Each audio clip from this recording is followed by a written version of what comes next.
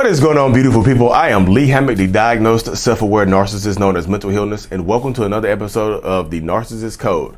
This is your first time seeing my face or hearing my voice. I'm a diagnosed narcissist, and I use my platform on social media to raise awareness for NPD, get more people into therapy like myself, and also help validate the victims, survivors, and thrivers of said disorder and toxic traits and things like that. I talk about toxic relationships and toxic people, y'all, not just narcissistic people and things like that. Today's episode is going to be about why does the narcissist treat other people better than they treat you? Why does the narcissist treat the closest people to them the worst?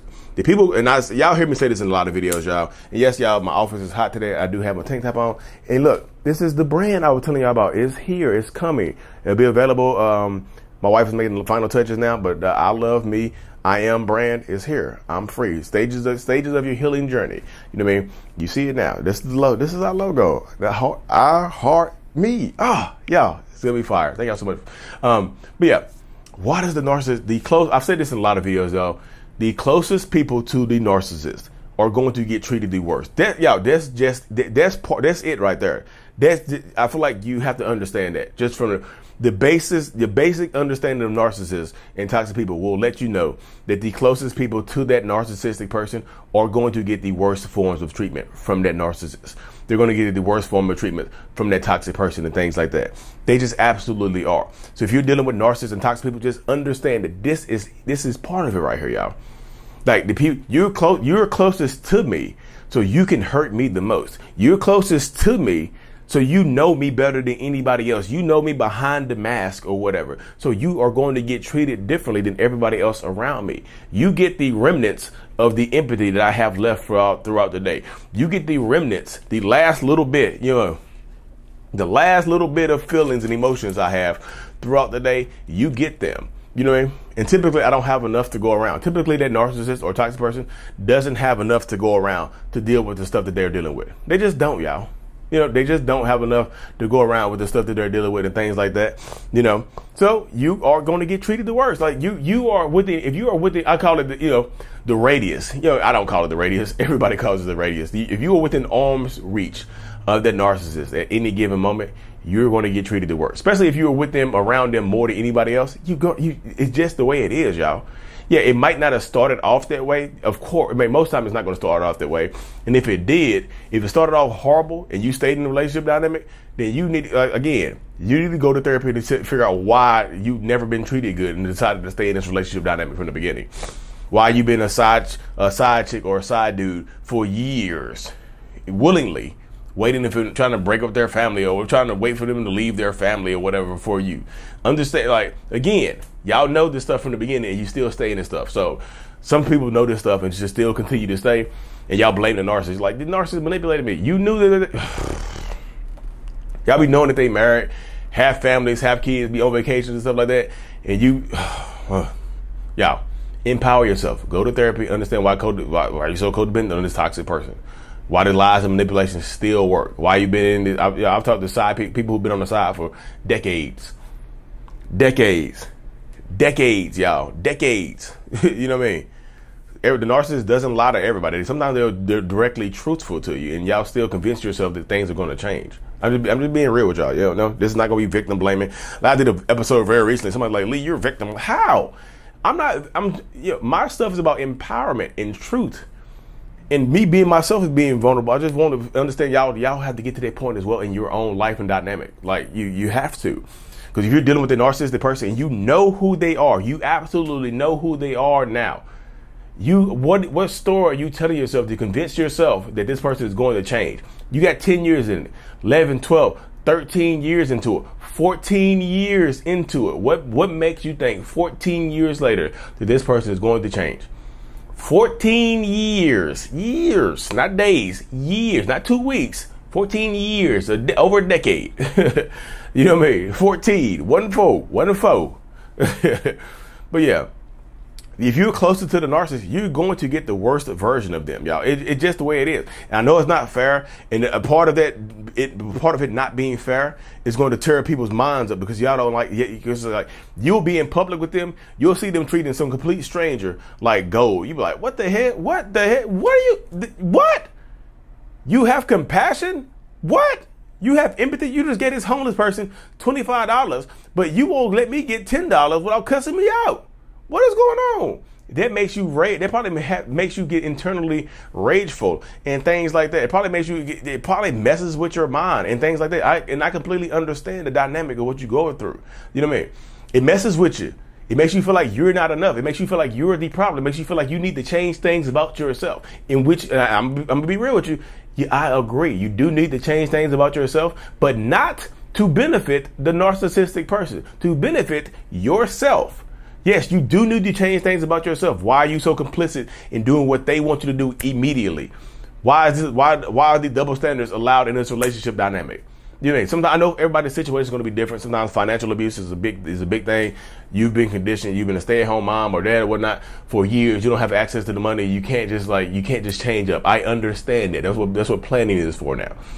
It might your escape plan, if you want to make one, it might take longer than somebody else's escape plan who is oh my goodness, who is doing that right there. So I just feel like if you're dealing with a narcissist or a toxic person, just understand this is part of it, y'all. This is gonna be part of it. That's why I'll be giving y'all this info, because if you're the closest person to them, don't expect sometimes in public they might treat you good. Around others they might treat you good. Behind closed doors, the mask comes off. Behind closed doors, the mask comes off and they're gonna treat you horribly. Y'all go out in public, the mask is on. Let me show you. The mask is on in public, like, hey guys, this is my wife and my kids, my husband, my kids, like, we're doing great. Me. Hey guys, I treat my wife and kids great at home. Yeah. As soon as you get home, like, oh God, that mask is heavy as hell. Y'all make me look horrible. Y'all are horrible people. Y'all are terrible people. They get home and treat you terribly when that paper mache mask comes off. You know what I mean? Out in public they might treat you good, but as soon as you get home behind closed doors, you're a horrible person. You're a terrible mom. You're a pathetic father. You're a terrible son. You're a terrible daughter. They go after you when you get home. In public, yeah, they might treat you good in public. So in the public, because reputation to a narcissist is almost like cash. It's almost like giving a narcissistic person some money. Reputation is like money to narcissistic people. They want to get paid. Pay me. You know what I mean? Pay me in reputation. Pay me in validation. Pay me in supply. You know what I mean? Y'all just want to you want to get paid in equal treatment. You know what I mean? You want to get paid and treated equally and things like that. So if you're dealing with narcissistic people, toxic people, just understand, y'all, this is part of it. Y'all, this is part of it right here. I know people don't want to hear that. Like, Lee, we hear you talking, but tell us how to change them. Tell us how to make them better. Tell them right. I can't tell you how to make another human being better. I don't think anybody can tell you how to make another human being better. Dr. Romney, in all her knowledge and wisdom, she can't tell you how to make a narcissistic person better. Sam Vaknin cannot tell you how to make a narcissistic person better. H.G. Tudor, Ben Taylor, Sarah, Cluster B. Milkshake, they cannot tell you how to make a narcissistic person better. They can tell you how to work on yourself so you accept better. You set better boundaries and things like that. They can tell you that, but you can't make that person better.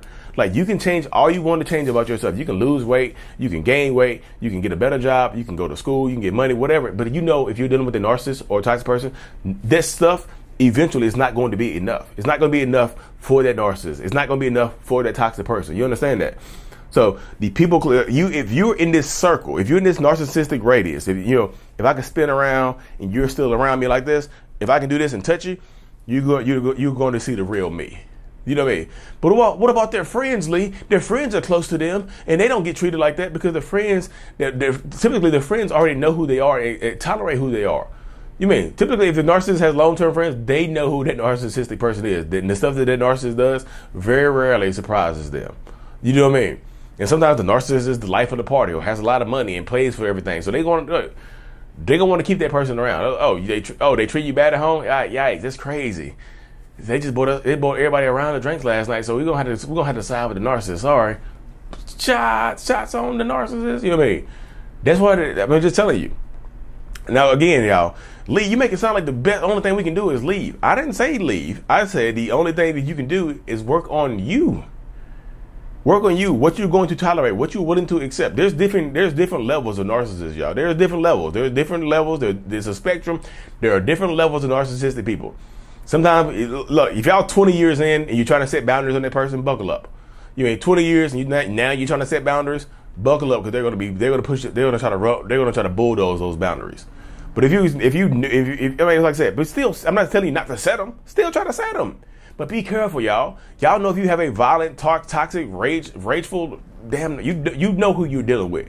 Now, you got years in the game. You know who you're dealing with now. This is not, the stuff that they do to you should not come as a shock to you now, because you know who you're dealing with. Oh, I'm shocked. You know what I mean? No, you're not. 20 years into it, 25 years, you're shocked in the game now. You know what I mean? What typically happens is y'all stay in these relationships for a very, very long time. You spend so much time trying to change yourself, try to change how you're treating this person, try to change how you've been around this person and things like that. And then they end up leaving you for somebody else. And they leave you devastated, trying to pick up the pieces of your life. No, we were married for 20 years and they left me for somebody. They left me for the babysitter. They left me for the mistress. And this and that. And I worked so long on changing myself. You can change yourself all you want to, but for that narcissistic person, it's never going to be enough for them, y'all. This is not me trying to hurt your feelings. This is me being real with you and keeping it hot. You know what I mean? That's what I do. I keep it hot. Hot and ready, like Little Caesar's pizza. But anyways, y'all, let me hop over here. One more flash. I'm going to flash y'all the shirt one more time. Thank y'all for tuning in to another episode, y'all. Austin, Texas, October 15th. Virginia Beach, Virginia, September 24th. And then Toronto, Canada, the 19th of November. Thank y'all for tuning in. Like and subscribe for more. And as always, mental healness is out. Peace.